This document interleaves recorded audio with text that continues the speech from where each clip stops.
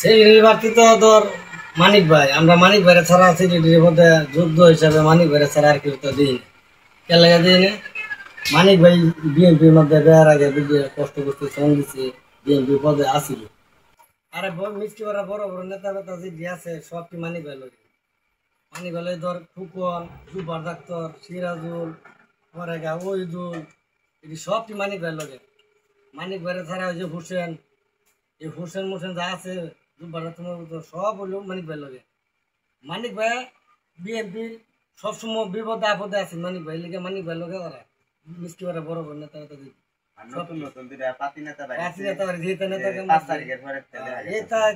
থাকতো না। যা যোগ্য হিসাবে বেটারা জানে যে কেটা পরিশ্রম করছে, শ্রম দিচ্ছে, এরাই থাকবে মানিক ভাই লগে। কিন্তু বিএনপির সেক্রেটারি পদটা মানিক ভাই এরা বিবেচনা করবো, এরাই বুঝবো মানিক ভাই যোগ্য না কেটা যোগ্য।